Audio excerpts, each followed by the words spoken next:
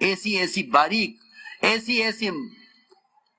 ایسی ملون اور مزین شکلیں حرام کی تیار کر دی ہیں یہود و نصارہ نے اس امت کے لیے کہ جس چیز کو حلال سمجھتے رہیں گے مدتوں ہی نہ معلوم نہیں ہوگا کہ یہ حرام ہے۔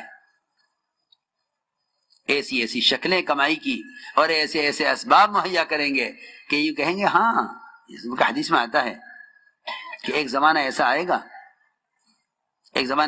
گا کہ حرام ہوگا، لیکن لوگ کہیں گے کہ یہ وہ حرام نہیں جو پہلے والا حرام تھا، یہ تو حلال معلوم ہوتا ہے۔ جی ہاں، لوگ کہیں گے حالانکہ وہ حرام ہوگا، مگر لوگ کہیں گے کہ یہ وہ حرام نہیں ہے، یہ تو دوسری قسم کی چیز ہے۔ جی ہاں، اس طرح لوگ حرام میں مبتلا ہو جائیں گے۔ فرمایا کہ اپنے کاروبار کو، اپنے معاملات کو، اپنی کمائی کے نقشوں کو حکم پر لاؤ، ہر قدم پر پوچھو علماء سے،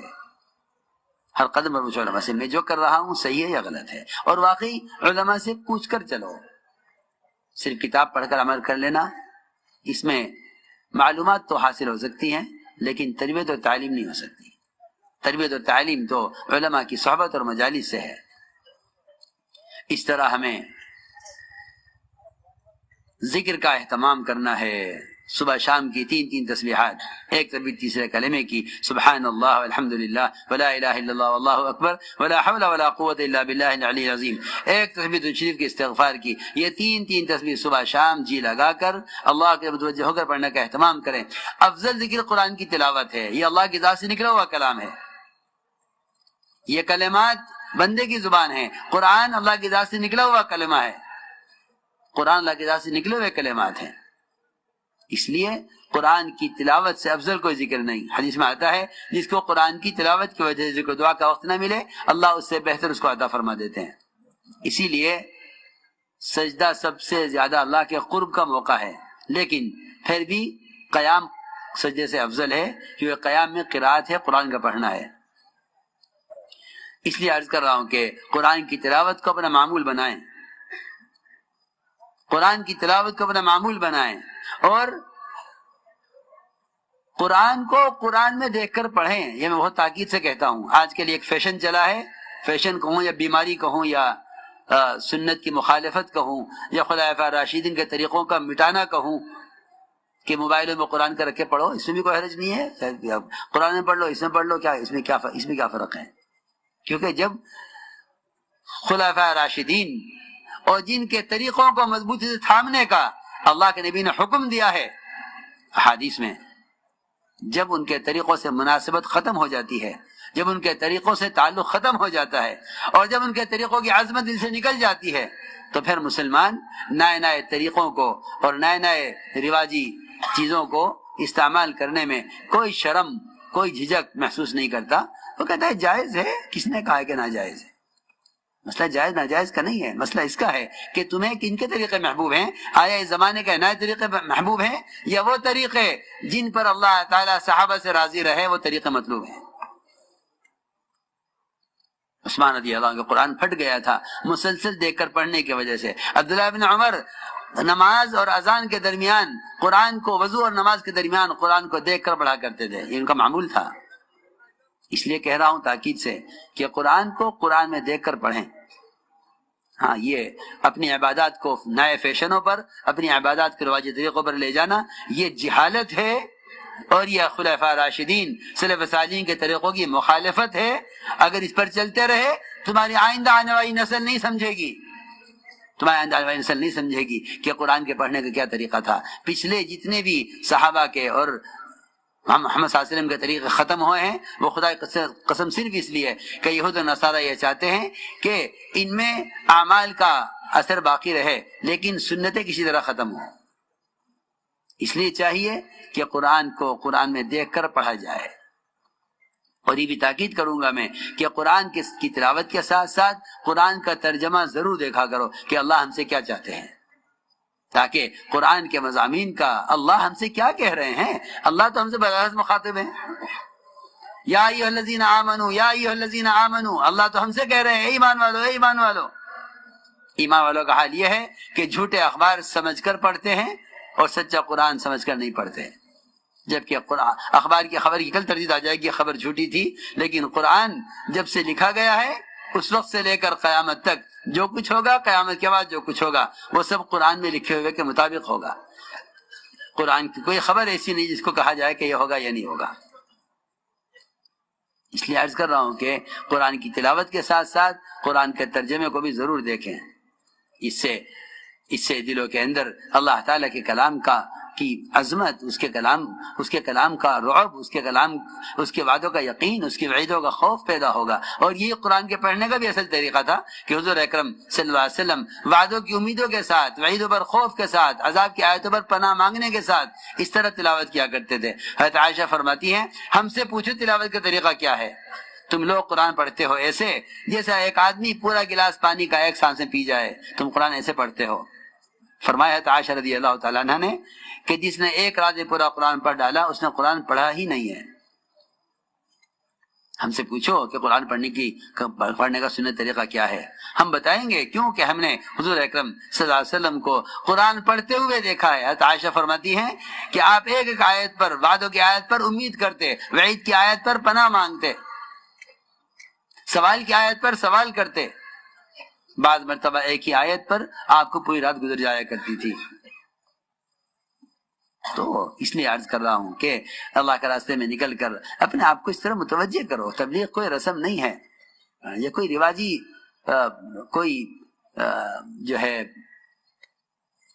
کوئی پروگرام نہیں ہے۔ اپنی تعلیم و تربیت کا، اللہ کے ساتھ تعلق پیدا کرنے کا ایک مسنون طریقہ ہے، ایک مسنون طریقہ، کیونکہ سارا کام سیرت کے تابع ہے۔ اس طرح ہمیں قرآن کی تلاوت کا اہتمام کرنا ہے، اور رات کے قیام اور تہجد کو لازم پکڑ لو۔ اس کا تو اپنے آپ کو عادی بنا لو۔ جو رات کے قیام اور تہجد کا عادی بن جائے گا، فرمایا کہ سب سے زیادہ نفس کو کچلنے والا، دعوت کی بات کو واضح کرنے والا، اور سب سے بڑھ کر دعوت کے کام میں مدد کرنے والا، یہ رات کا قیام اور تہجد ہے، جو صحابہ کرام پر 1 سال تک فرض رہی، 1 سال کے بعد اللہ نے اس کو نفل کیا ہے۔ دوستو عزیزو، یہ ہیں وہ سارے اعمال عبادت کے جن کے ذریعے اللہ کی ذات کے ساتھ تعلق پیدا کرنا ہے۔ اگر اللہ کے ذات کے ساتھ تعلق پیدا نہیں ہوگا تو مخلوق کے ساتھ تعلقات بگڑیں گے۔ اس زمانے میں جتنا فساد مسلمانوں میں ہے، خواص میں یا عوام میں، حکام یا عوام کے درمیان، خواص یا عوام کے درمیان، بھائی بھائی کے درمیان، باپ بیٹے کے درمیان، خدا کی قسم اس سارے فساد کا اصل سبب اللہ کی ذات کے ساتھ تعلق کا بگڑنا ہے۔ اس لیے کہ جو اپنے اللہ کے درمیان کے معاملات کو درست کر لے گا، اللہ اس کے مخلوق کے درمیان کے معاملات کو درست فرما دیں گے۔ یہ خروج کا اصل مقصد ہے کہ اللہ کی ذات کے ساتھ تعلق پیدا ہو۔ لیکن نکلنے کے زمانے میں جن کے ساتھ نکل رہے ہیں وہ اجنبی لوگ ہیں۔ دیکھو، اس کام سے بڑھ کر امت کو بلا تفریق جمع کرنے والا کوئی عمل نہیں ہے۔ میں بہت اہم بات کہہ رہا ہوں۔ دعوت کا اصل مقصد یہی تھا کہ امت کے درمیان سے برادری کی، قوم کی، رنگ کی، زبان کی، قبیلے کی یہ ساری نسبتیں ختم ہوں۔ دعوت کا اصل مقصد یہ ہے، دعوت کا اصل مقصد یہ ہے کہ امت کے درمیان کا فرق ختم ہو۔ اس لیے ہمارے کام میں طبقاتی جوڑ کا اور ہمارے کام میں طبقاتی خروج کا کوئی تصور نہیں ہے۔ کبوتر با کبوتر، باز با باز، یہ تو حیوانیت ہے، انسانیت نہیں ہے، یہ تو حیوانیت ہے۔ جانوروں کا تعارف کرایا گیا ہے کہ اپنوں کے ساتھ چلو۔ یہ امت کا عذاب یہی ہے، اور امت کی خونریزی کا سبب یہی ہے کہ امت کو لڑایا گیا ہے یہ کہہ کر کہ آپ کی برادری کے، آپ کی قوم کے نہیں ہے۔ حضور اکرم صلی اللہ علیہ وسلم نے اس کام کے ذریعے امت کو جمع کیا ہے۔ میں ایک عالم کی ملاقات کے لیے گیا مکہ مکرمہ میں۔ بڑے عالم، بڑے مفتیان میں وہاں کے ملاقات ہوئی، کہنے لگے مجھ سے کہ میں اس کام کے خلاف تھا اور مجھے کبھی اس دعوت کے کام پر اطمینان نہیں ہوا، اور میں نے ہمیشہ اس کام کو بدعت سمجھا۔ بدعت ہے، یہ زبان میں شروع ہوئی ہے. کہنے لگے کہ میں ایک کانفرنس تھی علماء کی، معتمر تھا ایک، میں اس میں شرکت کے لیے گیا، جس ملک میں رکھی گئی تھی وہاں پہنچا.